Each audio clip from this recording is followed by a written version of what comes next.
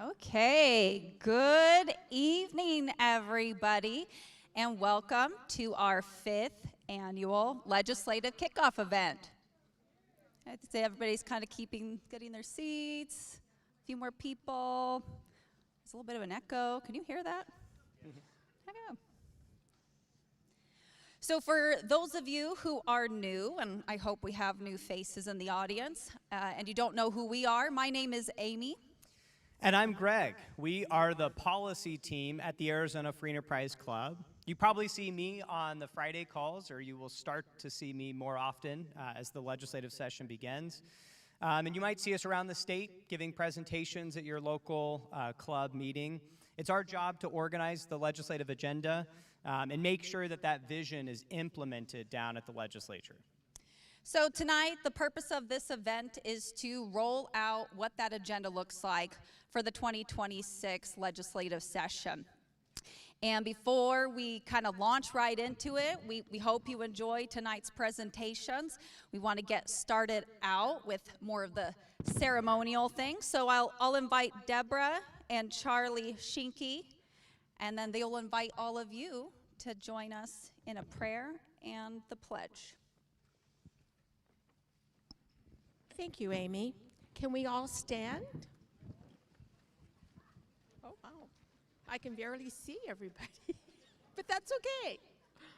All right, I have one question. Are we not blessed to live in the great country of the United States of America? And the great state of Arizona. All right, let's go to our Heavenly Father. Heavenly Father, we just come boldly before your throne tonight with such thanksgiving and praise of all that you have done for this great country, this great state, and all of these cities within our state, our counties, and everything in references to Arizona. So, Lord, I'm thankful for this type of organization, Arizona Free Enterprise, Arizona Liberty Network, that comes and fights the good fight down at the legislation. So we pray over Scott, Amy, and Greg, and this whole great team here at Arizona Federation for this session that's about to happen. And we ask for everything. And I'm going to pray over the governor. Everybody in reference, because your word says to pray for those who have authority over us. So we pray and we lift up everybody in reference to this. Give them wisdom, knowledge, a comprehension about what laws to pass and what laws not to pass. And we give you praise and we give you glory for this great session that's beginning to happen today. Lord, we come again with sad hearts, asking that we will comfort the Honorable Mark Rutherford's family, Lord. We thank you for the service that he's given to Arizona. But again, please comfort the family and then all of us here. And we ask this in your lovely Son's name, Jesus Christ. And everybody says, amen. Please join me in the Pledge of Allegiance. I pledge allegiance to the flag of the United States of America and to the republic for which it stands, one nation under God, indivisible, with liberty and justice for all.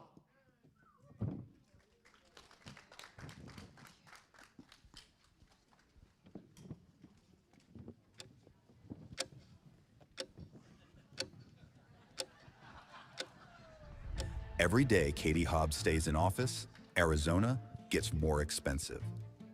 Jobs are disappearing. Katie Hobbs took Arizona from top 10 to bottom 5 in job growth in just 3 years. Wages are going down. Hobbs blocks real border enforcement, flooding the labor market and suppressing wages for Arizona workers. Costs are going up. Katie Hobbs manufactured a water crisis, halting growth and driving up housing costs. She could help lower gas prices, but instead, she wants Arizona paying California prices. Local taxes are rising. Utility bills are skyrocketing. Katie Hobbs vetoed bills that would have reined in tax hikes while pushing green new scam policies that make energy more expensive. Katie Hobbs doesn't care about affordability. She's too busy with pay-to-play schemes, enriching politically connected insiders and fraudsters. And when it comes to solutions, Hobbs only has one idea: copy California. But Arizona knows the truth. California's solutions are California's biggest problems. But time is running out on Katie's plan to California our Arizona. Arizona families, help is coming. We're in the final stretch of Katie Hobbs' time in office, and we're going to put a stop to the damage. We'll restore affordable energy, protect Arizona jobs, secure the border, and make Arizona affordable again.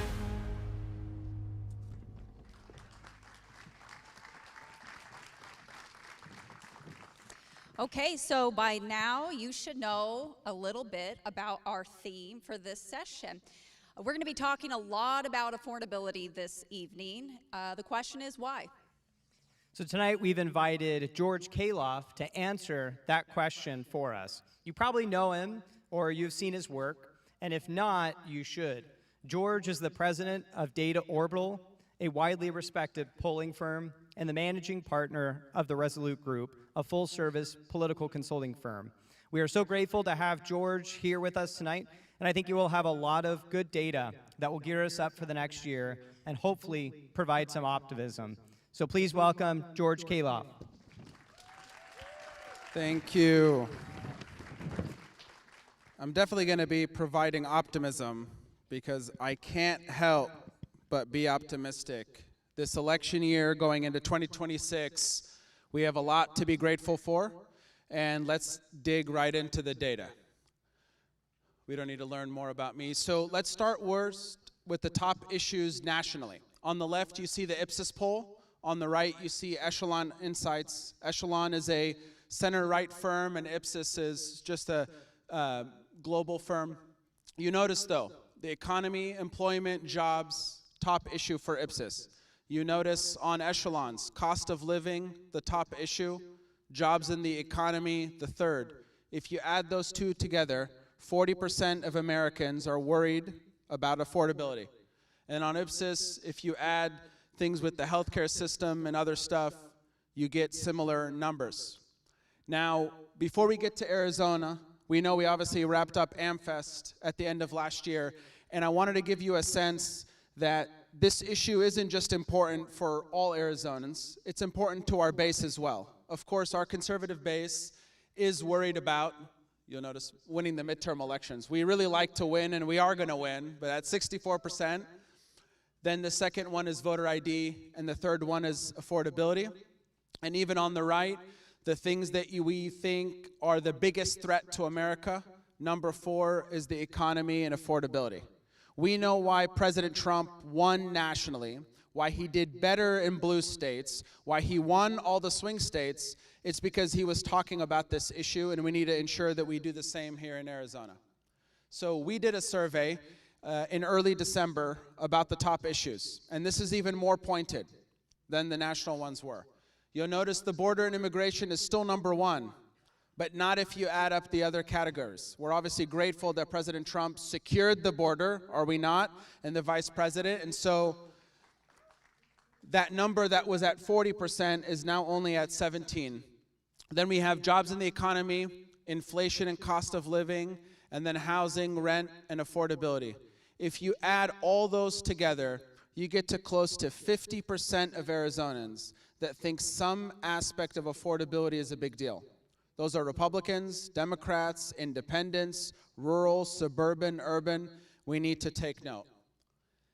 And actually, and most importantly, as we look at the subgroups that are important for this coming cycle, by Groups, I mean, look, we know if we're showing up at an event like this on a Tuesday night, we know how we're going to vote, right? That's not a question.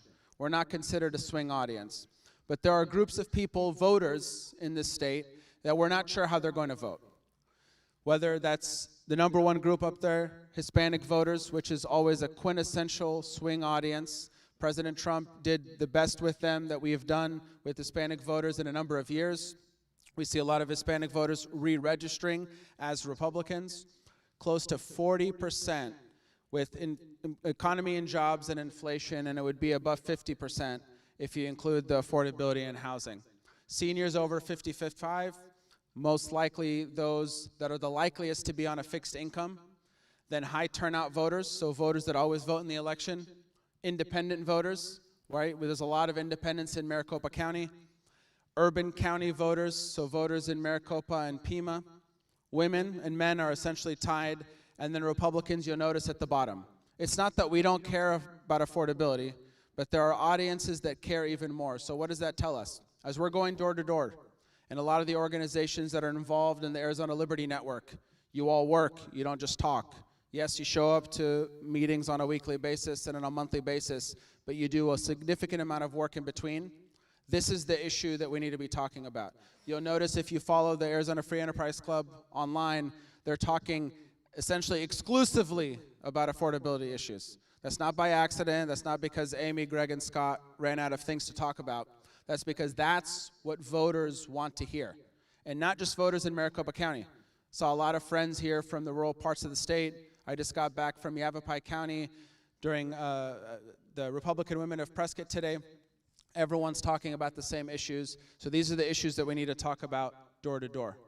So who are the critical groups that if we want to win, who are the critical groups that we have to ensure show up and vote? And actually, before I get to this, I want to talk about one important distinction. We have turnout, we have persuasion. Turnout means there are voters that we believe if they're going to vote the right way. We need to just make sure they vote. And then there are voters that if they vote, we're not sure how they're going to vote. We need to make sure that we persuade them. So first and foremost, suburban women. Low turnout, Trump-here Republicans. Rural Hispanic voters, suburban white men. So two of those groups, the second and the third, are mostly found in rural Arizona. Those are Republicans that only vote. Oh my gosh, so much better. Holy smokes. I wasn't sure I was going to make it through 15 minutes of that. I was hearing myself. It was like from above. I was like, it's too soon. No. All right. Woo! I almost want to start over. Okay, I'm alive now. So the second and the third ones are those that are concentrated almost exclusively in rural Arizona. And I believe rural Arizona, no offense to our friends, and I live in Maricopa County, rural Arizona is going to carry the day this election cycle if rural Arizona voters vote. And that is with Trump-here Republicans, so those that only vote in presidential elections, and those are with rural Hispanic voters. Why am I saying rural Hispanic voters? Because those are voters that we have seen be willing to cross the aisle, be willing to vote for a Republican, and actually have been re-registering as Republicans because of issues of affordability. That's why President Trump did better in the Bronx and the suburbs of New York City, and did better in the suburbs of Newark, and did better in the suburbs of Chicago, and in Chicago proper. Why? Because of Hispanic voters. And then we have the two suburban audiences. Essentially, I'm talking about almost everybody. Suburban women and suburban white men. Why the suburbs? The suburbs we know are the swing areas. That's Scottsdale, that's Chandler. Tempe, unfortunately, some parts of it is swing, most of it is not. But we have a lot of swing voters here, and what do they care about? They care about affordability and they care about safety and security. But when I say safety and security, that doesn't necessarily just mean that they want to feel safe. They want to feel secure in their ability to provide for their families. That's all about feeling safe. So you often hear women want to make sure that their families are safe and they feel secure and they want to themselves feel secure. It's because of economic issues. It's because of law enforcement and things like that. Same things for men. We knew that in the 2024 cycle, and the data shows us that men voted in much larger quantities than ever before for the Republican Party and for those candidates to ensure that Katie Hobbs, that ticker doesn't continue again, because I'm not sure what's going to happen in the state if it does. And we have to win over the suburban voters, and we have to ensure that the Republicans that only vote in presidential elections show up and vote, and that Hispanics in rural Arizona show up and vote. And look, we have a phenomenon that is happening for the first time in the last couple of cycles that had never really been the case. If you were a registered Republican and if you were a Republican candidate for office, you always did better in a year that had lower turnout, what we call the midterm elections, which is the year that we're in now. But since President Trump, that has totally turned upside down, as he has done with many things in our country, in a good way, that now Republicans and Republican candidates do better in the presidential year elections. Why? Because there's a whole bunch of voters that only pay attention to the presidential campaign and maybe the governor and the big ticket federal races, and they're not paying attention down ballot. But I'll ask you, as grateful as we are that there's a Republican in the White House, especially like President Trump, who has a more day-to-day effect on our lives, the governor and the legislature or the president? The governor and the legislature, right? Except those voters feel like they're disconnected, and so they're not engaging. Affordability is how we engage them. Now, this is my favorite chart, and I'm going to actually walk all the way over here because I never get the opportunity to present this on this large of a screen, because the only number that is even remotely near my height is this number right here. And this number is where the Democrats have ended up after being all the way up here. And why did they drop? Yes, please. Why did they drop in 2020 to today that far? Why? It's because they're lying. They're lying. Their issue, their answer to affordability, as we heard from the governor and from legislative Democrats, is to hand out goodies and cancel debt and slush funds from the government. It wasn't actually to do anything positive and actually grow. You had Mamdani in New York who was attacking the frigidity or rigidity of rugged individualism. It's like he learned a word that morning and wanted to use it in his speech. Why do we care about rugged individualism? Not because we want to do things alone, but because we believe that hard work matters. Right? Even if you're doing it together. And look at those numbers all the way up there. Yes, independents are joining us. And we are going to not necessarily be the top party after this January voter registration, but fear not. We keep going up and down with them. But Republicans are dominant now over Democrats, the most that we've ever been in the history of our state, ever. And 2 years ago, yes, 4 years ago, we had about a 4% advantage. Right? My entire life as a numbers guy is about advantages and disadvantages when it comes to voter registration. 4 years ago, we had a 4%. We're going to go into this next election, I'm optimistic, at least 7, if not 7.5. And if you're talking to Scott, we can be bullish, we can get to 8, and that's just registration. That doesn't even factor in that we turn out more than they turn out. That means we're going into this election with a built-in advantage. But registration only matters if we do what? If we turn out voters, right? A registered voter is no good if they never turn out. Now, Maricopa County tells a similar story, right? That line is lower, but it's a little bit more noise between Republicans and independents. And again, I love our voters in Maricopa County. Maricopa County is 60% of the vote, so we can't pretend like we can't. We have to do well in Maricopa, if not ideally win. But we're going to have a lot tougher time if we don't run up the score in Yavapai, in Mojave, in Pinal, in Yuma, and in Gila County. That doesn't mean all the rural counties matter. And even Republicans in Pima, I haven't forgotten you. But we need to ensure that we turn out the vote in rural Arizona, and I'll show you exactly why.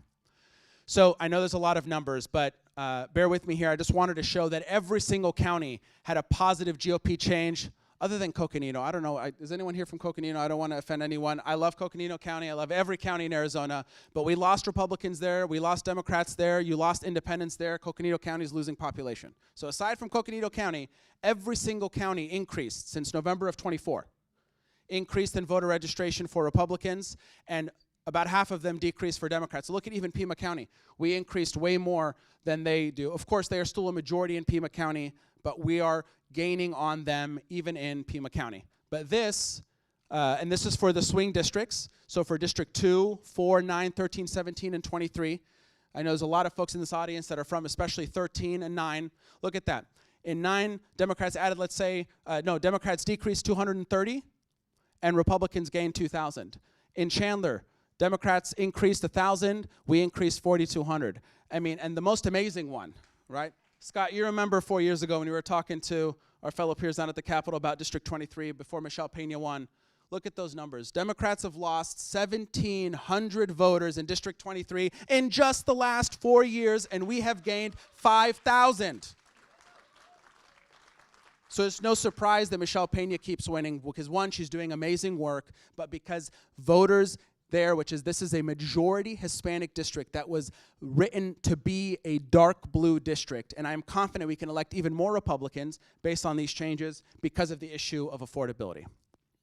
So now as we look forward to 26 and 28, our strengths are we have the momentum. We won the presidency, we have the energy, we no longer have this huge gap in terms of motivation. We have a voter registration advantage unlike anything we have seen, and we have a fundraising advantage. Our national parties are raising more money, our local organizations are raising more money, and frankly, even when the Democrats have outside cajillionaires and apparently foreign billionaires, as we saw with the report, that are soaking money in to all of our states, they're not even standing a chance because they tried, by the way, you know that they poured in more money than they ever have before in 24 to win the legislature. And we told them no, and we gained seats in the Senate and we gained seats in the House, again, because of the fact that we're speaking about common sense issues like on issues of affordability.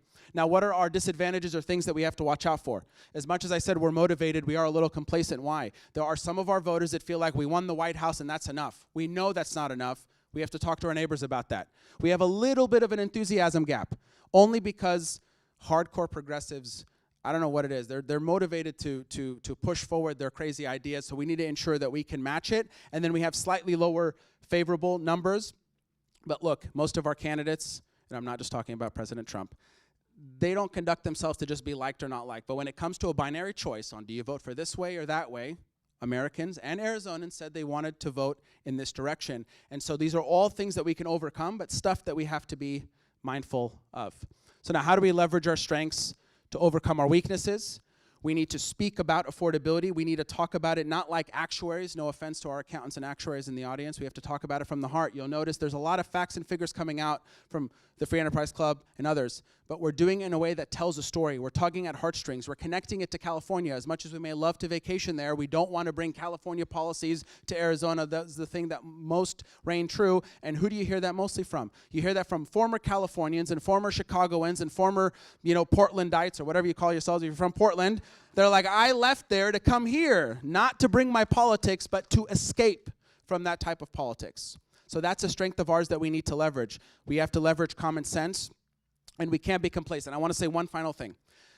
The turning point for this issue and for the work that we do as conservatives and if people believe in these values is that we finally started nominating authentic candidates that were unabashed in their conservatism, that fought with conviction, that were unafraid, that listened to the people. And sure, we may have disagreements and not everything is perfect, but it is a far cry from where we were 10 to 15 years ago. And Arizona, as a rugged Western state and as a cowboy state, we wear that with pride on our sleeves. We need to continue that trend going into 2026, because if we do nominate the right candidates and we speak about the right issues and we do the work, we will win in 26 and we will win big. Thank you.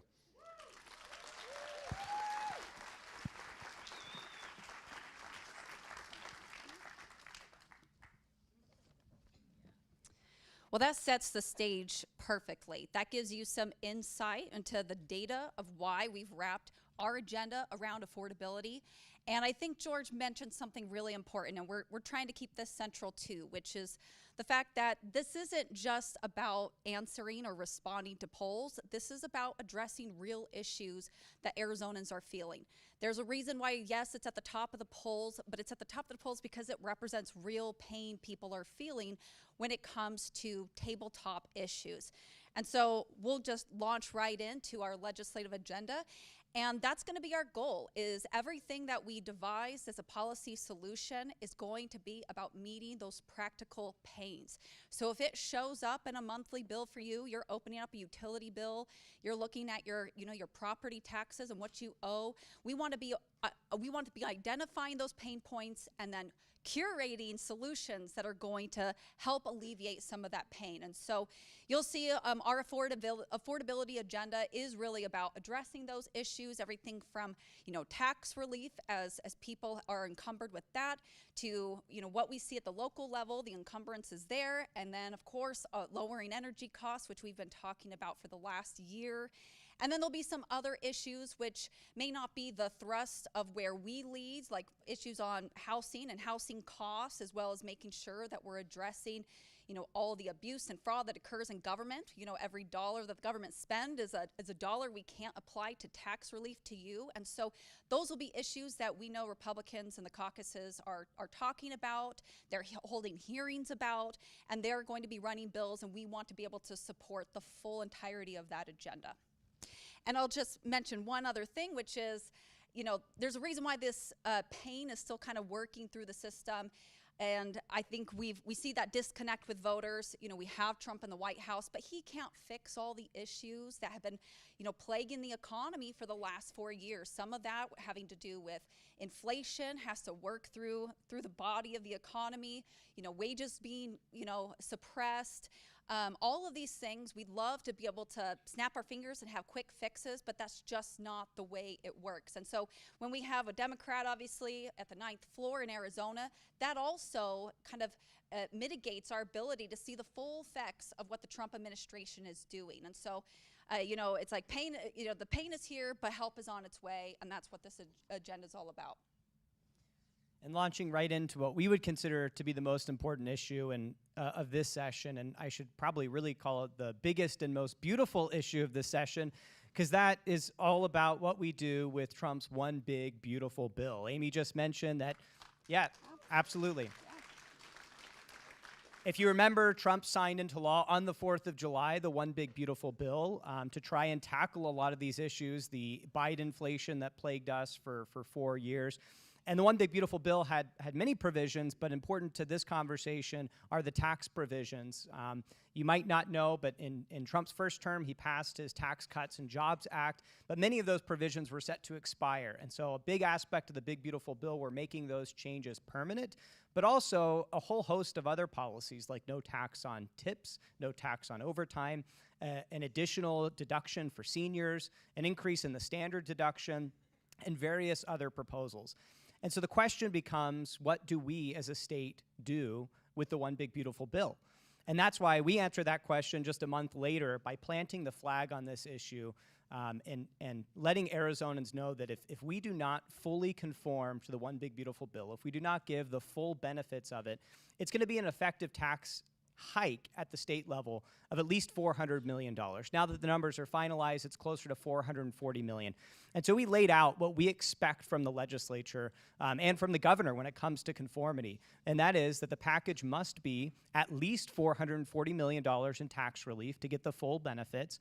And that the legislature needs to do this as quickly as possible. As you know, the tax forms are already out. People can start filing their taxes now, and they need certainty as we get closer to the tax deadline. What did Katie Hobbs do? If you weren't aware, just a couple months ago, then she announced her middle-class tax cut package. If you read the little line down there at the bottom, you can see that it was going to increase the standard deduction, cut taxes for seniors, and on tips and overtime. That sounds kind of familiar. One big problem, though, is that she did leave out a lot of other things. And so her package only amounts to about $220 million. So under our rubric, that means a $220 million tax hike on Arizonans, regardless of whether she calls it the middle-class tax cut package or not. And what was the response to her announcement? Well, we put out an article calling it Katie Hobbs knockoff tax cuts. And like I just mentioned, they're not even really knockoff tax cuts because it's effectively a tax hike on Arizonans. On X and on social media, people saw right through it. You can see these comments. Well, gee, this sounds familiar. Didn't Trump do this? Or just a couple down. Way to go, Katie. Welcome on board the Trump train, or as we called it, the Trump tax cut train. And even the mainstream media saw right through this. You can see an article on Cap Times, is Hobbs taking credit for Trump's tax cuts? In the first line, Katie Hobbs touted her middle-class tax cut package today, a proposal that seems suspiciously similar to the tax cuts laid out in the one big beautiful bill. That's because they are quite similar, even though Katie Hobbs spent months railing against the one big beautiful bill and calling it bad policy and saying that it should have never passed. She knows the issue, too, on affordability, and so she's trying to come in and take some credit for the popular proposals. And then she kind of dragged her legislative Democrats along a bit unenthusiastically. You can see here a comment from the House Ways and Means ranking member on the Democrat side. saying that these middle and working class tax cuts take real steps toward addressing the affordability crisis for working families. As long as we don't cut education, healthcare, or other vital services to pay for them, I'm cautiously optimistic. That doesn't sound like a whole lot of support from her colleagues in the legislature for her plan. So what about all of her lefty groups? Well, most of them were silent. There was one, the Arizona Center for Economic Progress. Based on what this organization does, they kind of had to say something about it, but they didn't promote their statement on social media, on X, on Facebook. They didn't send it out to the media to be reported on. They just kind of quietly put it up on their website to say, yeah, here's the fiscal impact of Trump's, or Katie Hobbs's tax cut package to the state budget. And then what about the business groups? Because there are a lot of provisions in the One Big Beautiful Bill that would support businesses and help with tax certainty for small businesses. What did they have to say? Well, it was mostly crickets. We didn't hear anything from the business community. So anyway, that was November. Like we said, we laid out in August that the legislature must move fast on this issue, but our priorities were that they were unified from the beginning and that the package has to be at least the $440 million a year to meet the full benefits of the One Big Beautiful Bill. So flash forward to last week. Great news to start our legislative kickoff. The session just started yesterday, and last week the legislatures announced that they've introduced a $1.1 billion tax relief plan. The first year it is $441 million, so it delivers the full benefits of the Big Beautiful Bill to Arizonans. This is both the House and Senate. They've mirrored the bills. They're unified on this issue. What does it do? No tax on no tax on tips, no state tax on overtime. But it's also tailored to Arizona's tax code to maximize the benefit for Arizonans. So one provision of the One Big Beautiful Bill was that he was going to allow for a $6,000 deduction on Social Security. But in Arizona, we already don't tax Social Security. So what they did in this package is a little bit different. Under the legislative plan, instead of taking that $6,000 deduction at 65, you can start taking it at 60, and it's for retirement savings from 401ks, IRAs, from pensions, but it also includes a benefit for younger Arizonans as well, in that they can deduct their contributions to Roth IRAs. So under this plan, in the state of Arizona, your contributions to and your distributions from Roth IRAs will not be taxed in the state. And there's a whole host, it's a great provision. Another thing that the legislature did is, instead of conforming to the Big Beautiful Bill on a couple issues like increasing the state and local tax deduction, they used that money to increase the child tax credit from $100 to $125 and to allow for the deduction of expenses for child care. So the package really, if you're asking the question, who does theirs benefit? Everybody, essentially. Lower wage workers, retirees, families and kids, young savers, and basically every Arizona taxpayer. It's a very good package, and it's a very good signal at the start of this legislative session that both chambers are unified on the most important issue of the session. Because really, this is going to determine then how much revenue is available to spend in the budget. And so they have to start with figuring out conformity. And if you were on our Friday call just last week, you probably recognize this slide and realize that it's our first action alert of the session, because those bills will be heard tomorrow at 2 p.m. in a joint hearing of both the House and Senate. So that's HB 2153 and SB 1106. If you haven't signed in on RTS, please do that and give your thumbs up. Now, a caveat on that: if you've tried to do that the last few days since our action alert went out and you haven't been able to, the legislature's website has been having some IT problems, so you might have some difficulty getting there.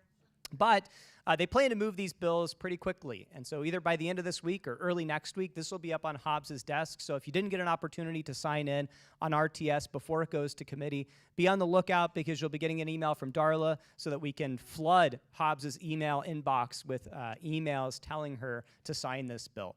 If she vetoes it, then for the next several months, taxpayers are going to have quite a bit of uncertainty of whether or not they should file assuming conformity, just to add to another layer of complexity. Her own Department of Revenue put out tax forms assuming that we conform to the One Big Beautiful Bill. And so if she vetoes the bill, tax filers will either have to decide to file and take the risk and maybe have to refile down the road, or wait it out. And that seems to be what Hobbs's plan is for now. So most people are pretty aware of what they pay as far as federal and state taxes, but sometimes we underappreciate the burden that happens at the local level. And so we're going to have several reforms this session to address these local burdens.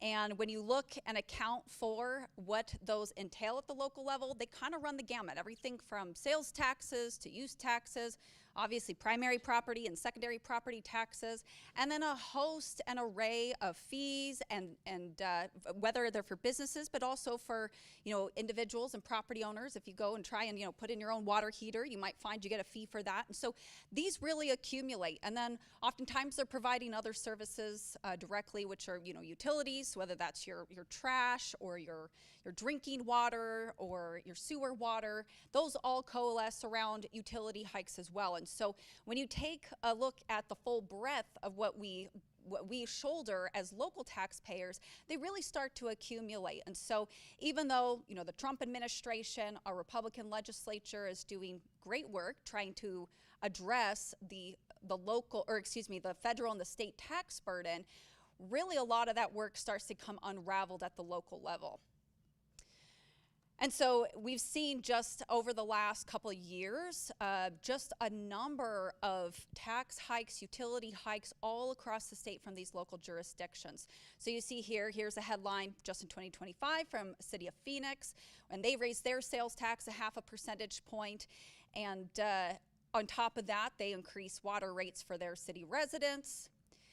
Another blue city, Tucson down south, increasing their rates for their utilities as well as a host of business taxes. So if you're in the pond industry or other kinds of licensed industry in their city, you're probably paying extra fees there, as well as an interesting additional tax on advertising for small businesses. So if you're doing business down there as maybe just a mom and pop shop and trying to get your marketing out, you might be paying a new tax for that. Of course, they're charging more for their water rates as well. They had these differential rates in Pima County on unincorporated residents, and so we're seeing more utility hikes there. And it's not just the blue city. So if you think that this is just relegated to liberal city councils, unfortunately you'd be wrong. Here in the East Valley and Gilbert, which has got a reputation for being a pretty conservative town, here's a headline about them increasing the sales tax, which they hadn't done in a very long time, and also including a use tax, which they had gotten rid of previously. And even if it's questionable as constitutional, that's not thwarting city councils. They're still moving forward with these tax hikes, specifically ones that tax services, which voters said no, thank you. We can't have any more new taxes or increases in taxes on services. And their water rates. I'm a Gilbert resident, so I'm acutely aware of what we're paying as far as increased water rates in Gilbert. They're looking at another one this spring, and so these just keep stacking one on top of another. For our friends in the West Valley, you're probably seeing something similar as far as trends in utility rates. And then Mesa, of course, this is from 2024, but these just keep hitting one after another local taxpayers, and they add up, and they are directly affecting people's perception about affordability. So we can do all the great work that we want at the federal and the state level, but when cities and towns go for it and they're truly impacting the affordability of Arizona residents, we feel it, and it does impact their decisions at the voting box. And so really, what's the story? What's the narrative behind this? The cities are saying, we have to do this. We keep doing this because the big bad Republicans at the legislature and Republican Governor Ducey at the time slashed income taxes and leveled them to 2.5% across the board for all brackets, so one bracket. And this is the real boogeyman behind their budget woes. And so, we can look at this and dissect it and say, well, is that really happening? But it's important to note that they usually leave a very prime fact out of this equation, which is the fact that the cities actually share part of the state income tax. So they generate, they assess so it's a 2.5% income tax. They assess that, and then they share a little bit with their cities and their county friends. And so, back in 2019, the cities were enjoying about $750 million out of this urban revenue sharing. And just within 5 years, that number doubled. And so when you look at what happened, that policy decision from our Republican leadership slashing income taxes, this actually translated into a windfall for the cities. So you can't buy that explanation. They also have a little amnesia when it comes to 2019, when the state passed a bill that allowed for the collection of online sales tax, which was a brand new revenue source, a bucket of money they never enjoyed before. And so they like to forget that they expanded their tax base at that point in 2019, and they've been reaping the dividends from it ever since. As you can imagine, all of us Amazon Prime members in the audience, every time that we're buying goods from out of state and then we're having them shipped here in state to Arizona, they're getting a piece of this pie. And so not only does the cities collect this, but then the state shares a little bit of what they collect as well. And they've been collecting hundreds of millions of dollars every single fiscal year on online sales. So the windfall from the income tax cuts and then combined with the online sales revenue, this is clearly not a revenue issue. So what is it? You can probably guess this is a spending problem. And this is just City of Phoenix's budget. You'll see within 5 years, they doubled their budget. So we already know they were raking in extra cash. You could throw COVID in there where they got a bunch of money from the federal government. They've basically been swimming in cash in the last 7 years. And what did they do? Did they respond by saying, oh, we really should try to create local offsets? What taxes in our mix can we reduce so that the burden isn't so great on local taxpayers? Well, of course not. They just went and spent it all. And so from our perspective, enough is enough. And we need to address this. This is a key affordability issue because we're already doing what we can at the federal and state level. We have to start reining in these local jurisdictions. And so one of those is going to look like a measure, probably both a bill, but so we can send it up to the governor's office and see what she wants to do with it, with all her local friends, and just say, you know what, we've been suffering. We had the Biden administration. Katie Hobbs is giving us no relief. Let's just put a flat moratorium on any taxes and fee and rate increases at the local level for the next 3 or 4 years. We deserve a little bit of a break, local taxpayers.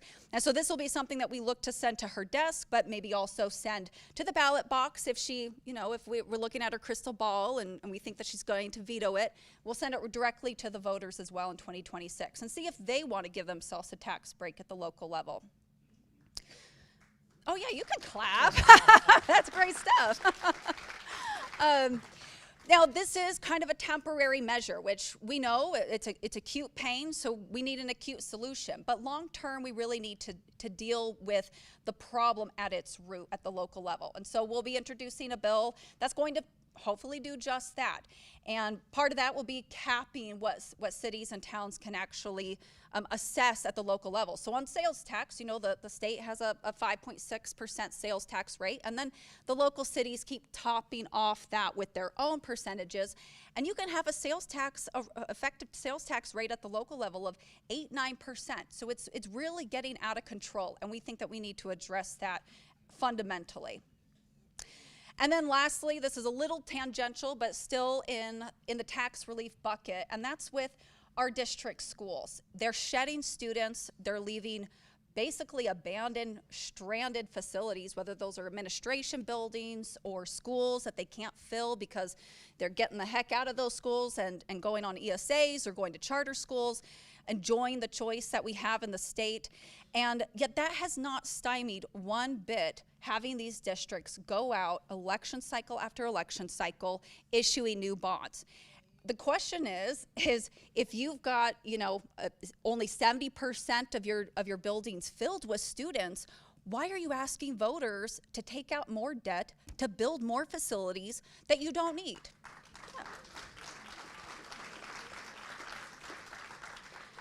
So as a clever way to try to hamstring this effort, while these district schools are, building stadiums and all this other nonsensical stuff, is to basically say, look, if you have schools that are not filled with students, stop going out to the electorate to ask for more bonding and basically cap what they can do. So, if you don't have full schools, then you don't get the opportunity to go out and ask for more money. And so we think that's a really clever way to get about it.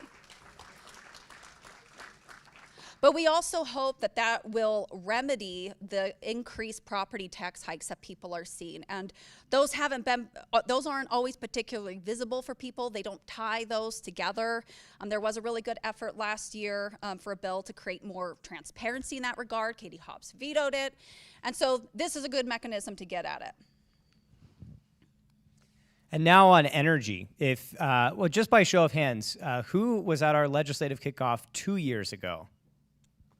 Quite a bit of people. If you remember 2 years ago, it was pretty much all about this issue, energy. We were talking about it 2 years ago. We were talking about it 5 years ago.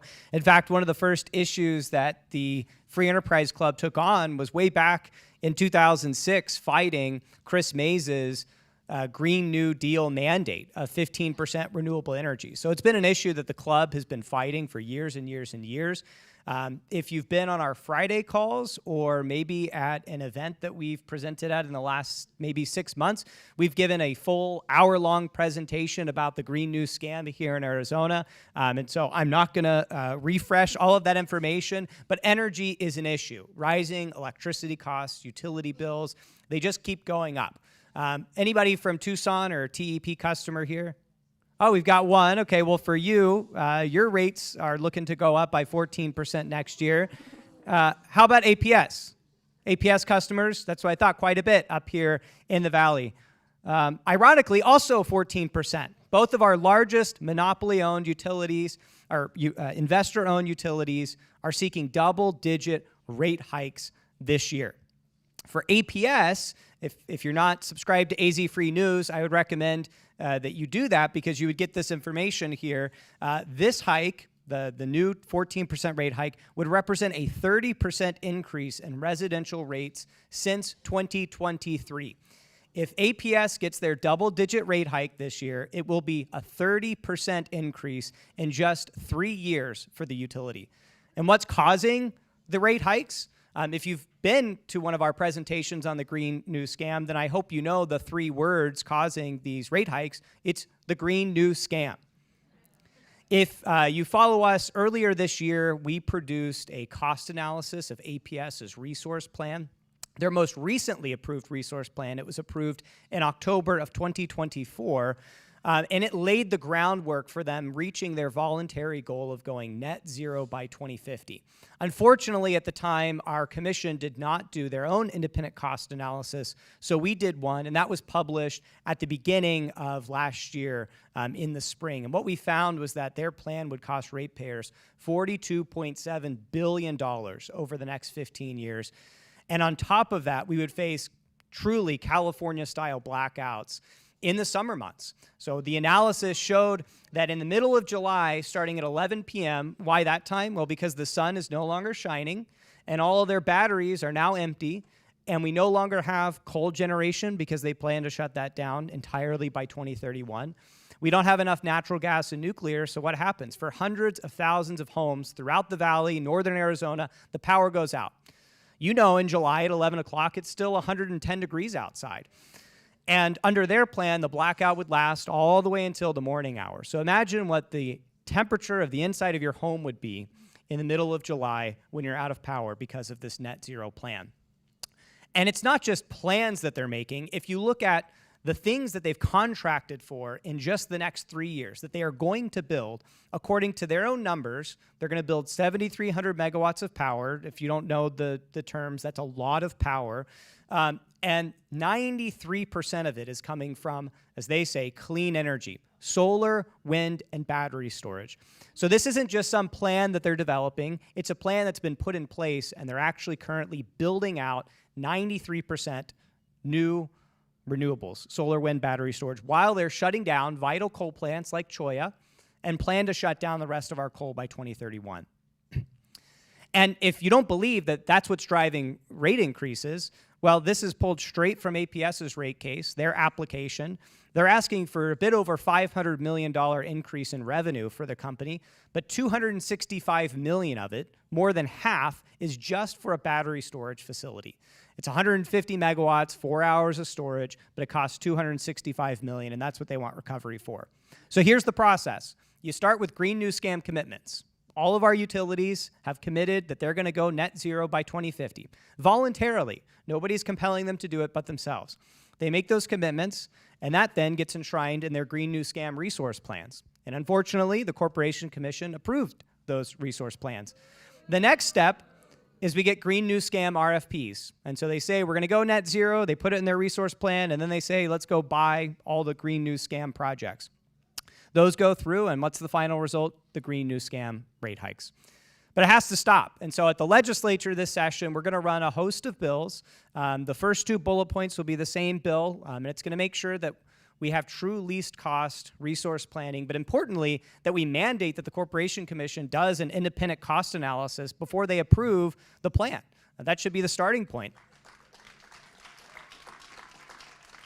But we're also going to make sure that the RFP process is truly competitive and that the projects that win that bidding process do so because they're the lowest cost and they're the most reliable. This should be an open, transparent process, but right now it's a rigged process to ensure that the utility only gets bids from renewable projects. The next one is very important. I mentioned that one of the first things the Free Enterprise Club did in 2006 was fighting the first renewable mandates, which set a 15% mandate. 15% is quite low compared to what the utilities want to do at 100%. But that mandate passed in 2006, and it expires. It expired in 2025. The utilities have already met that commitment, and as you know, they're planning to go way past it. So we think we should do the reverse. Instead of having renewable mandates, we should have reliability mandates. And so we want to tell the utilities that at least 85% of their generation has to come from reliable, dispatchable resources because it's necessary to keep our air conditioners running and our power on. And then lastly, you've probably heard in relation to these rate hikes that the problem is data centers or big energy users. And the left is definitely using that as a way to distract from the fact that the Green New Scam is what has been driving up energy prices. But we want to run a bill to make it easy and streamlined for data centers and big energy users to just build their own power. That way, if I was talking to Bill earlier, if they want to build their own solar field because they want to go green and they get blackouts, it doesn't affect any of us because they've got their own power. But if they're smart and they want to build their own natural gas facility or maybe do an SMR, a small modular nuclear reactor, let them do it. The utility doesn't need to build it. Let the data centers build their own power. It won't cost us a dime, and it doesn't impact our reliability. But we know that probably all of this will be vetoed by Katie Hobbs. And so, as usual, we will be also working down at the Corporation Commission this year. I said that these rate cases, these rate hikes are coming this year. The good news is our organization has intervened in both APS and TEP's rate case. We intend to show that these investments in battery storage facilities are imprudent, that they're not in the best interest of ratepayers, and the Commission should not allow the utilities to recover the costs on our behalf, on our backs from ratepayers. And yeah, we'll be fighting this case the next several months, but we're going to need you guys too. These rate cases will have public hearings where you can go in person or call in and testify and give public comments. The first one for APS is actually coming up very soon. It's January 20th, 1 p.m. to 4 p.m. Down at the Corporation Commission's office. You can give public comment. Let them know that you don't want to pay for costly, unreliable, renewable power. And we'll be putting all this information out in an email blast for January 20th and also February 18th. There will also be a third one in March if you can't make either of those. But we'll do training on how to call in or how to show up to testify if you'd like to join in this fight and stop these rate hikes.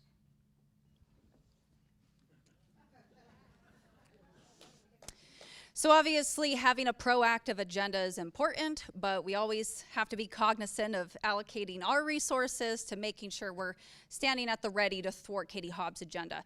It was mentioned that yesterday was the official opening of the legislative session, and so we're always queuing in into the governor's State of the State address, which was very interesting. And so we'll delve into kind of what the framework of her agenda is as she outlined it. It helps kind of identify the targets that we'll be shooting at.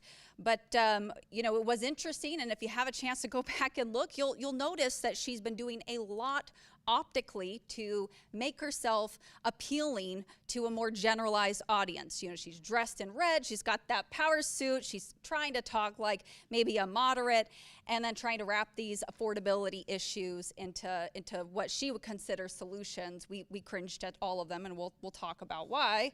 But this was really her agenda. She's no dummy. She's got the bright, you know, liberal George Kaloff on her side, telling her where the data is. I know, I'm sorry, George, that came off bad. She's got political consultants and data analysts and strategists. She knows what matters to Arizonans, and so she's going to do her best to talk to those audiences that we're trying to reach as well.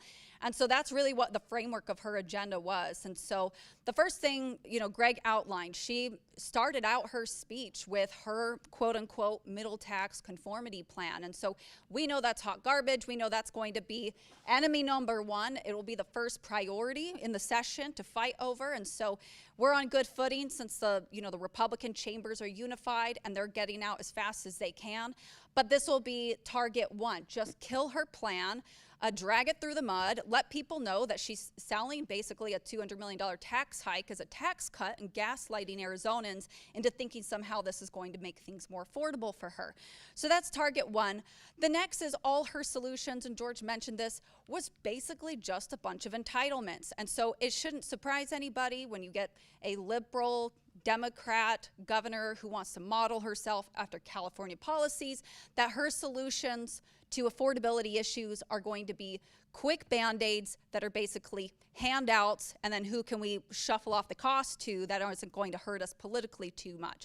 And so the first one she said was her Arizona Affordability Fund, which is basically a $3.50 surcharge or fee for every single night that a short-term rental is rented out. And so this is her fund that she's trying to allocate for basically low-income assistance for utility bills. So there's a program that's existing. She wants to generate another $15 million for that. She wants to put, $3 million into, efficiency or weatherization, so another subsidy there. And then she wants to dump some of this money, whatever is left that gets generated, into her housing trust fund. And so we think these are terrible ideas for a number of reasons. Obviously, as conservatives, our first go-to for addressing affordability issues are not going to be tax and fee hikes. It makes no sense to say we're going to make things more affordable by raising taxes. And so she might think it seems like a good political stunt to shuffle it off onto short-term rentals and other people who have to pay the bill. But we know this isn't going to do anything to address the affordability issues in our utility bills. And we know she doesn't actually care about doing that because she would have to address all the things that Greg talked about in his energy presentation. And all those people who are pushing subsidies for, wind and solar and battery, those are her friends cutting political checks. So she's not going to go there. Her other solution on addressing housing supply or housing affordability was to create a new government fund called the Housing Acceleration Fund, which would be kind of a new slush fund of private government money that would be under the control of her administration.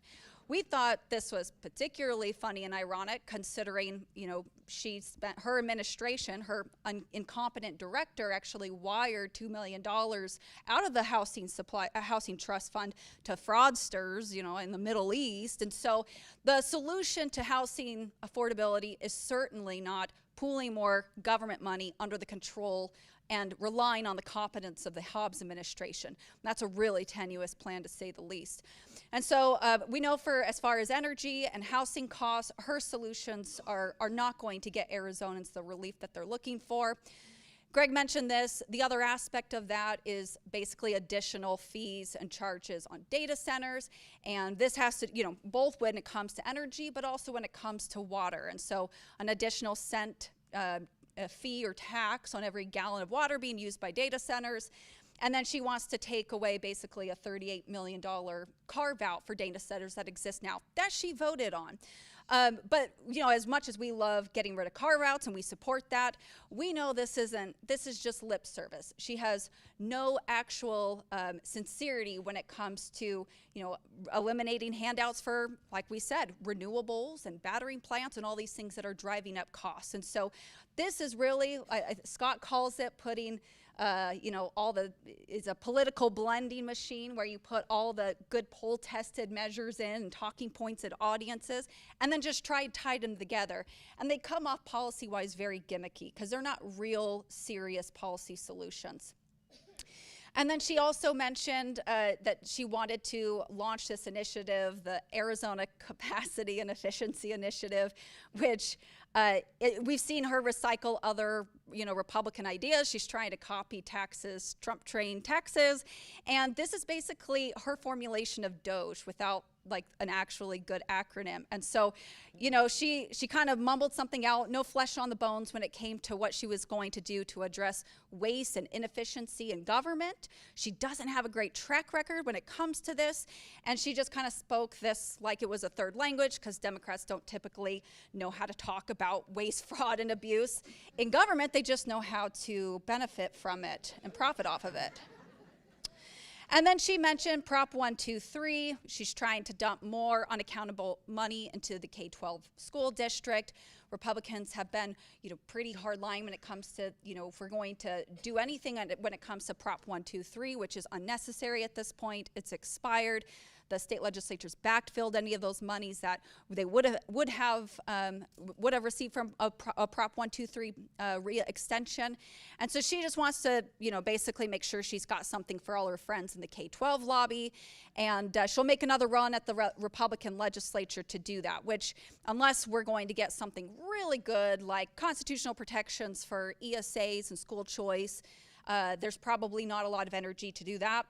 And then if she has to do the whole, yes, we're banging the drums, going against ESAs, probably the most accountable program as far as a state-run program in the state is our Empowerment Scholarship Account program. And so she wants to make another run at that. The legislature preceded her state of the state by saying, yeah, this is a no-go. And so we need to lock arms with our school choice community, all the organizations that have been fighting on this issue. But I will just say that we can't take it for granted that there's no cracks in the armor. We have to make sure we're shoring up Republicans, making them strong on the talking points, making them strong on the policy, because school choice, of course, is great for Arizona. The program is wonderful. We've got 100,000 students. And she wants to tie all this stuff to other funding mechanisms, and it's just a no-go. So we have to be on our guard. We have to be fighting every single one of these and make sure that she does not get 1 point on the board, and we can do that.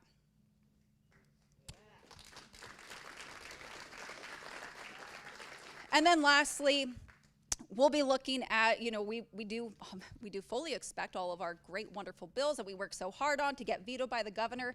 So we have to have a ballot box strategy. Some of these policies, they're too important to wait. We can't wait for a Republican governor who will sign them. We need to send them directly to the voters and make sure they have an opportunity to have real conservative reforms on the ballot. And maybe we also think that this is a good defense is a strong offense. We need to have things on the ballot that our opponents on the left are going to care about. They have to be good policy, but they have to be things that they're going to go out and say, oh yeah, we can't have, this anti-union measure on here. We got to occupy the green lobby. We got to tie these people up and make sure that they're out fighting all of the great measures that our legislature, which look, they don't have to spend a dime, passing a piece of legislation. If the left has to go out there and collect signatures and they pay people and circulators to do that, we have an opportunity to do something that's very no cost for us and make them work for it and make them spend money on these kinds of measures. We already have 3 that were sent to the ballot in this last legislative session. One was the freedom to move, which many of you have worked so hard to advocate for the last 3 years, and it's finally going to be on the ballot. So to protect our ability, as travelers in the state, not to be taxed on every mile that we drive. So that's a good measure. But the last election cycle, we had like 12 measures on the ballot, and maybe your arm got tired by the end of it, but there's a good reason to have a good set of policies on the ballot, and we can't unilaterally disarm. So we're hoping that the legislature is feeling bullish, that they want to send another 7 to 9 ballot measures for 2026. There's already been some really good ones that have been introduced in the last few sessions that haven't gotten over the finish line, many of which you guys have engaged on. We've worked hand in hand with Goldwater Institute to close a loophole that exists in our Constitution as it relates to our universities, imposing affirmative action plans and DEI and addressing that. You know, even though Trump is doing his best to rein all that in, we still, there's too many targets. He can't reach them all. So our universities still continue to get around and skirt those executive orders and federal law. So we want to address that. I think there's going to be a couple Republican lawmakers who are trying to address the subsidies to DACA recipients and make sure that we're actually in conformity to federal law. We shouldn't be subsidizing tuition for people who are here illegally, and that they're getting a better rate than people who come to our universities from out of state, but who are law-abiding citizens. Ridiculous. So there'll be some measures. There'll be measures moving throughout the body to address that. Last year and this year, there's going to be an effort to, like George mentioned, we have actors who aren't even citizens of this country who are playing in our elections. Absolutely unacceptable. And so there'll be an effort to get a measure on the ballot to ban that kind of foreign influence in our elections. And then, of course, as we mentioned on the local tax burden, we'd really like a measure on there that's addressing that from affordability standpoint, and any of the other good taxpayer protection measures that have been circulating in the body last couple of years, whether it's supermajorities on local cities and councils before they raise taxes, or a supermajority of the, sending every single one to the voters, that would be okay. So there's going to be a lot of ideas there. We're going to, we're not going to say like only our ideas. There's lots of coalition partners have great ideas, and so we want to support really just a bevy of those measures. So that's the Affordable Arizona agenda.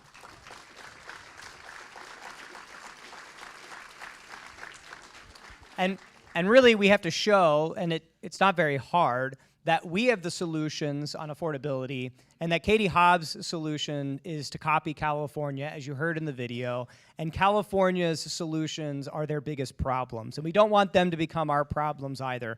And so that's what this session is going to be all about. And obviously the big common enemy is Katie Hobbs, but she's basically just a puppet for a well-funded, complex, complicated, liberal syndicate network that operates here in the state of Arizona that is well funded primarily by out-of-state billionaires. And it's important that we know that. And yes, important. Knowledge is power. And we have our very own president of the Arizona Free Enterprise, Scott Musi, who's going to be talking about a report that we issued in collaboration with the Arizona Liberty Network at the end of last year, where we mapped those transactions. We really delved in and figured out what the impact that we are seeing from that network and that syndicate here in Arizona. And so please welcome up Scott Musi.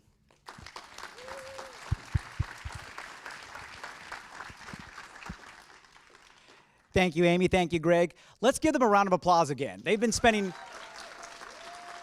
a tremendous amount of time going in and doing the research, the pick and shovel work to put together an agenda that, again, is not just about what's impacting Arizonans, the cost crush that everybody's feeling with the affordability issue that we're having, but real policy solutions to address those issues, not the, as Amy described it, I call it the poll-tested political blender approach, where Katie Hobbs just dumps it all in and see what spills out of the blender when she's all done, and it's nonsensical.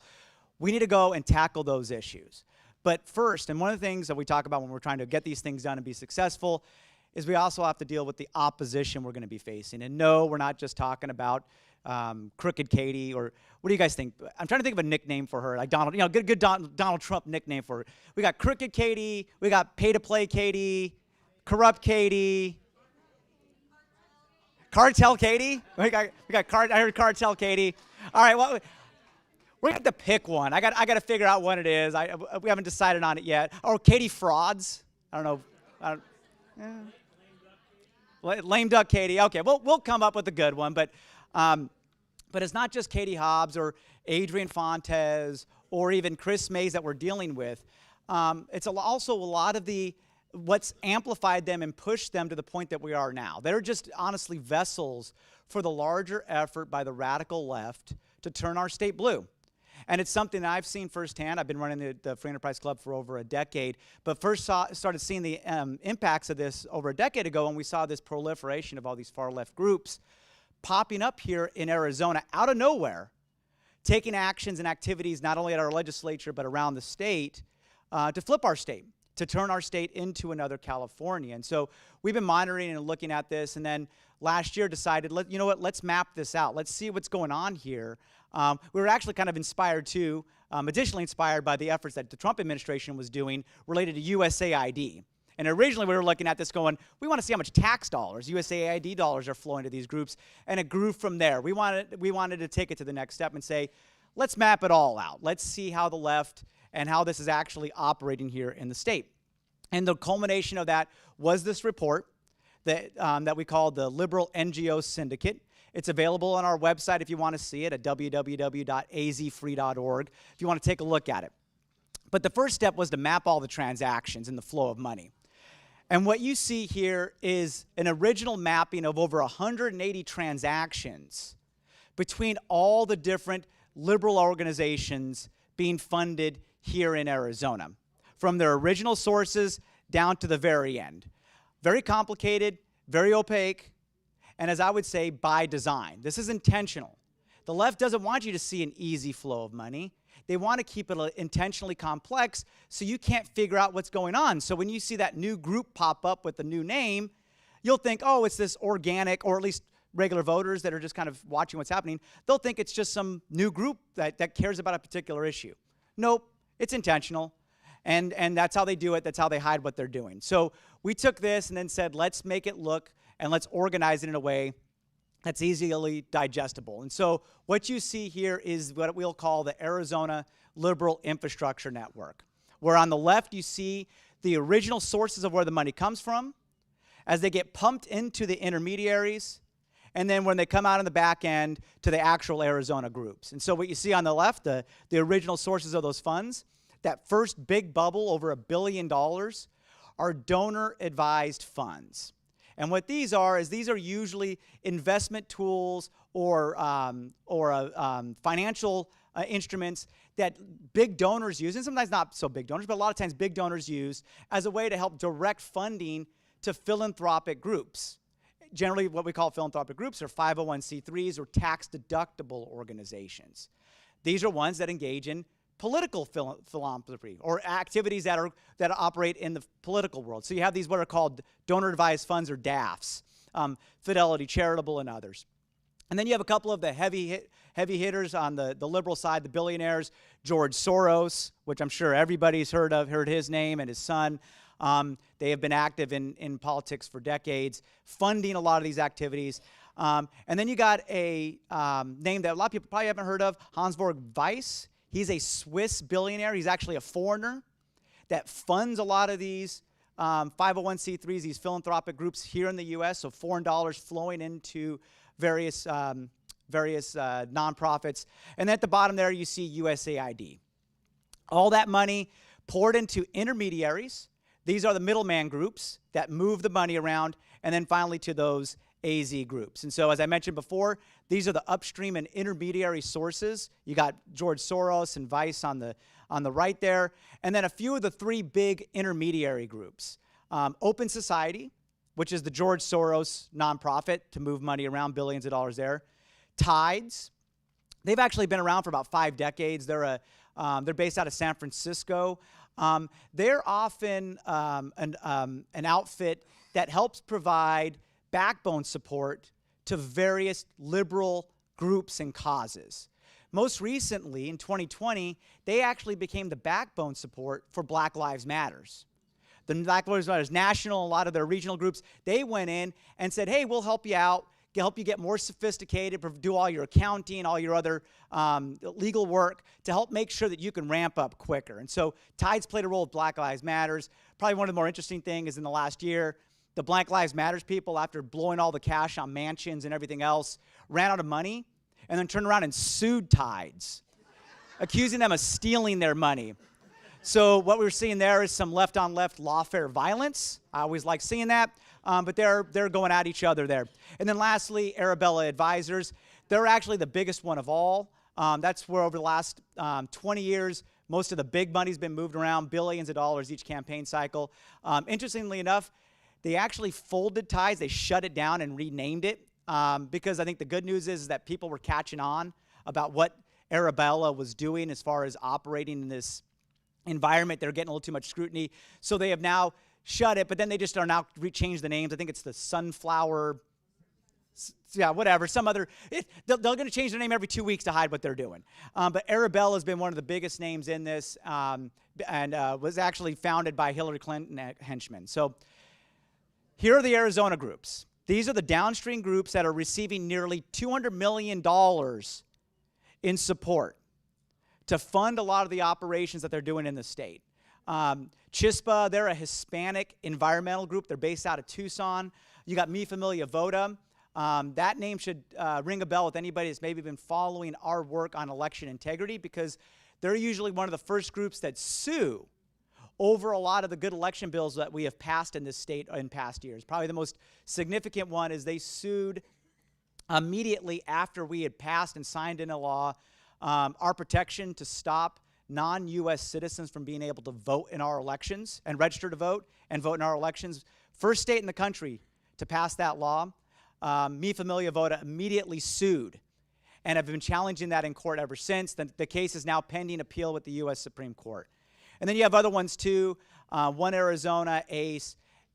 What I want to show here is that this is a whole culmination, a whole collaboration of different groups on the left working together, again, to flip our state blue. And then lastly, Arizona Media. They spend money, hundreds of millions of dollars each year on funding various 501c3 tax-deductible media outlets.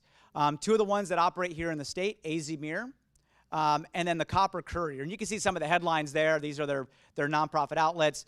You know, Democrats make their case to win the legislature by rejecting extreme GOP. White nationalism gets a hearing in the Republican House. That's the type of stuff getting out of the AZ Mirror. Copper Courier, they're just straight up, I'll call fake news.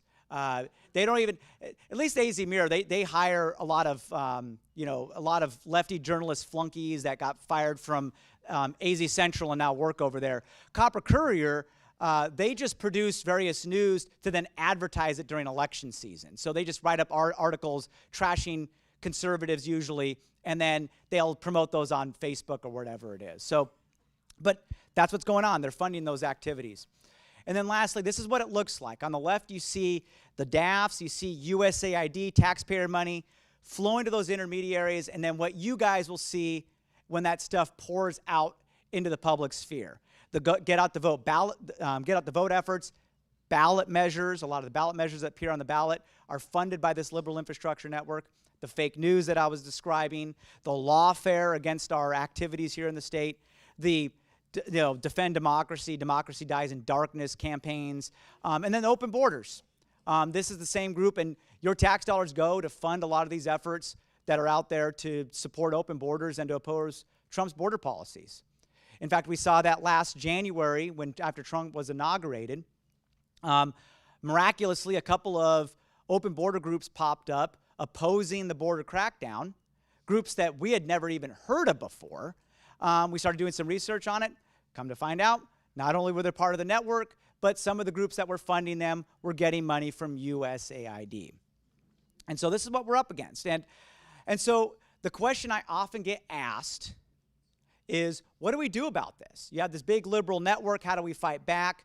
Darla, when she comes up, she's going to talk a little bit about the works we're doing here in the state as far as building our own Keep AZ free network coalition building in the state, building up our own conservative game.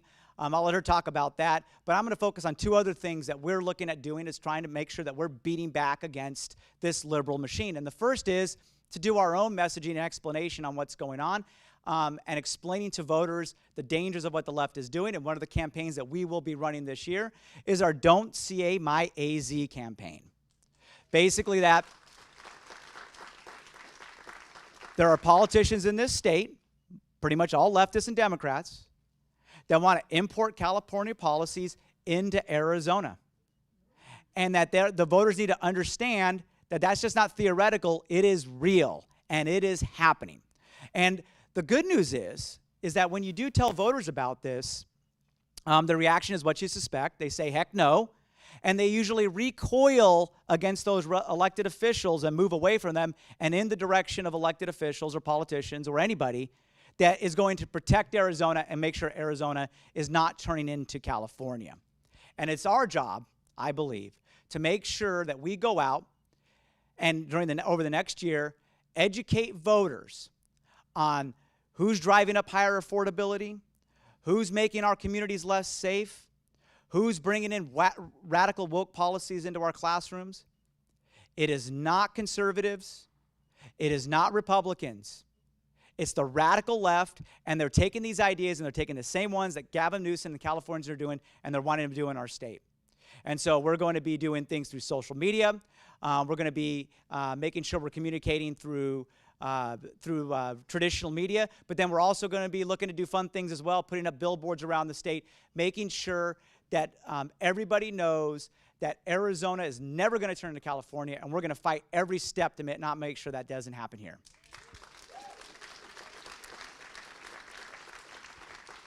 And then lastly, I think we got a little bit of an important election coming up in about 10 months. Now, elections aren't everything. I do firmly believe the work we do the rest of the year is not just as important, but in fact is more important than what happens in elections, but we can't pretend that they don't matter. We have felt the full effect of them here. We have seen what's happened over the last 4 years with Katie Hobbs as governor, Fontes as Secretary of State, and Chris Mays as Attorney General. And we need to do everything we can to flip our state back in a red column. And one of the things that we're going to do to help with that, not only at the top of the ticket but down ticket, is the work that we're doing through our Freedom Club PAC. Our Freedom Club PAC is the largest conservative state-based PAC in Arizona.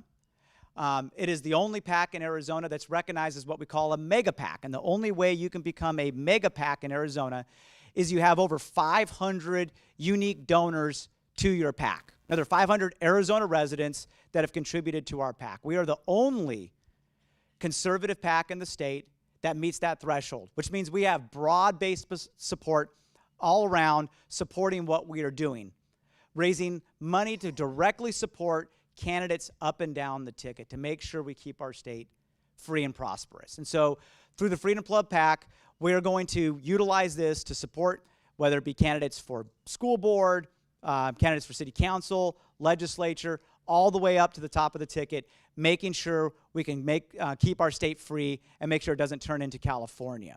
And so my one ask to everybody here is to consider, if you have not already, to consider supporting our Freedom Club PAC and donating to our Freedom Club PAC. We don't take any corporate donations. We don't take any money from the Hansburg Vices of the world. We don't take any foreign donations. We don't take any government money. We are supported by individuals that believe and share our cause and our mission. And so I would ask anybody here to please consider donating and supporting the Freedom Club PAC, whether it be a one-time donation, a reoccurring donation. The QR code's right up here, but we also have forms as well at the front if you're interested in making a donation to support what we're doing through our Freedom Club PAC. And so thank you again for everybody coming today we're coming this evening for our affordability agenda. Thank you for all your support. It warms my heart to see our robust grassroots efforts here in the state. Over 16,000 grassroots activists. Sorry, Darla, I'm stealing your thunder. But it's just exciting to see what we are continuing to build here in the state and the momentum we have. And I know if we continue to work together, it'll grow and it'll thrive, and we will defeat the left, not only through this year, but in November in 2026. So thank you.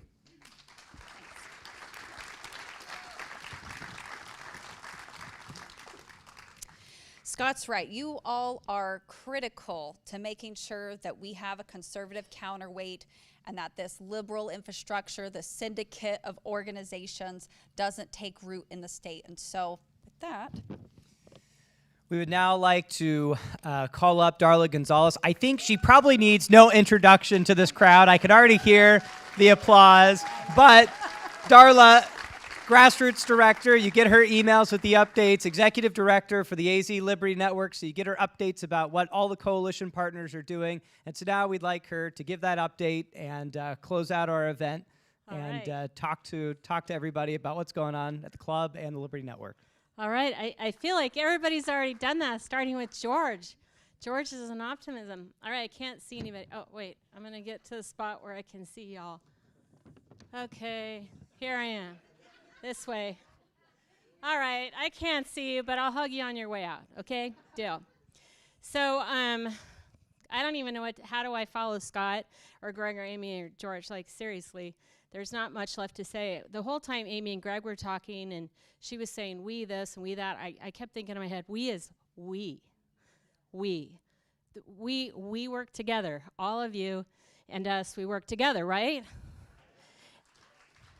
We are together winning. And so that gets me to starting with can you believe this? Look at this. This is our coalition partners with the AZ Liberty Network that we started just a couple years ago. Could you guys stand up? I know you're in here. Stand up if you're on this list. And I just want to talk about them. And to stay standing. Stay standing. We don't have everybody.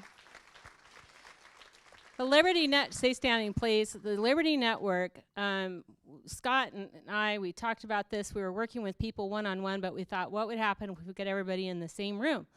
And we actually agreed you could get a lot of things done if you don't care who gets the credit, right? And so we started having these one-on-one conversations with these people that you see standing up and a lot more, and they agreed. And I want to tell you, these are leaders of organizations that love this state, are humble, they care, and we work together. We strategize together. We don't compete with one another. We trust each other. It's an incredible group. We meet monthly. We have sub-meetings, and we're fighting on behalf of Arizona. And I just want you to look around at these folks and get to know them because they're leading organizations in the state along with our coalition, and we're just so grateful for that. We're building this, and you're all part of that. So thank you guys for all the work that you do with us. We have a lot of co-sponsored events with you. I can't say enough about these. Sometimes when we have our monthly meetings, we have one in a couple days. I don't know why I'm the one standing in front of these people. They're all just incredible. And I think the last meeting I asked them, I said, hey, do you guys want to switch every month and just have a different person? I try to get out of that role. They're like, no, let's just keep doing what we're doing. But I do bring a lot of food to the meeting that could have something to do with things. I am going to lobby for bigger popcorn buckets. April, are you listening? I think you all need more popcorn. All right, so I've been asked just to close up the meeting. I really think that Scott and Amy and Greg and everybody really just said what needed to be said. I don't really know what needs to be said. All of you in this room are committed, and I know that. I know you're committed because you're here. And the people who are watching online, they could be watching Netflix or something else. This is not easy stuff to hear, you know. Sometimes, I said this to Amy the other day, ignorance is bliss. And then I said, but then it's still ignorance. And we don't want to be ignorant. So it takes a lot of courage and bravery to dig in and learn about this stuff and decide that you're going to do something. And I sort of had a tagline for the last 15 years. I probably stole it from someone, I don't know. But it's refuse to do nothing. And like each one of you has to resolve to refuse to do nothing. And so there are lots of things we can do, and most of you, and I look out in the room, are already doing I don't even know how you're doing all the stuff you're doing. But if you're someone who's new today and you're like, gosh, this is a lot of information, I'm not sure, where do I begin? Just pick something and commit to it and do that. And can I just have a hands on who is signed in to request to speak and are all set up for that? All right, just reach back and pat yourself on the back. Good job, you guys.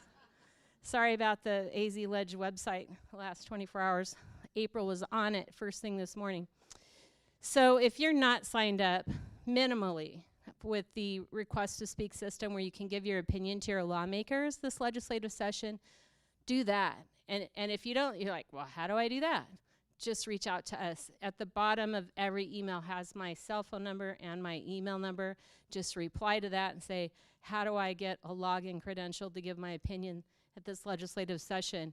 And we will set you up and give you all the tools that you need. And if you're already set up for that, well, get on our Friday calls. Anybody out here on our Friday calls? Oh, I love this. You guys are great. So stay in the loop. Stay in the loop. Find your trusted organizations. Every single person that stood up with AZ Liberty Network, they're a trusted organization. Those people on the screen, they're trusted. Some of them are working real specific issues that maybe we're not working on. If that's your cause and that's your issue, partner with them and help them with that cause, if that's a cause that keeps you up at night. And then the easiest, lowest hanging fruit thing to do, guys, is to share our posts on social media. So X, Facebook, Instagram, we're on all those. Just repost and share. That will help get the word out too. So that's a very, if you're scrolling anyway, might as well just repost, right? Do I have any reposters out there? All right, I'm a reposter. Once in a while, I'll put a few words on there. And then we have to take back the 9th floor, right?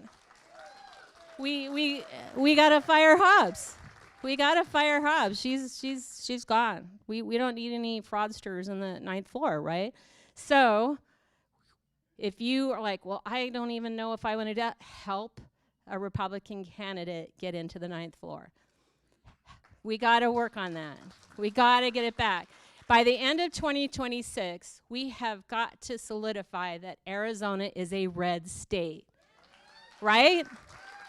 I get so upset when people try to call us purple. I'm like, no. And then they have like, well, yeah, but Hobbs and the Senate. I'm like, no, we are red. Speak it out loud, everybody. We are a red state. All right. Are you guys ready to get to work? All right. If you're ready, jump up and say it. I'm just kidding. You don't have to jump up. All right. Well, thank you all for coming here. If I didn't get a chance to talk to you, come say hi to me. We love you. We know how important you are to us. Stay with us. Stay tuned. And thank you guys for letting me get a chance to talk. Darla always gets the biggest applause. We're used to it. We're the boring policy people. Thank you for coming to our 5th annual legislative kickoff. We're so excited to work with everybody this session. We're going to do big things. We're going to do bold things. 356 days of Hobbs left. And with that, just thank you. Have a good evening. Drive safely wherever you're going in the valley. And thank you so much. We hope to see you on Friday. And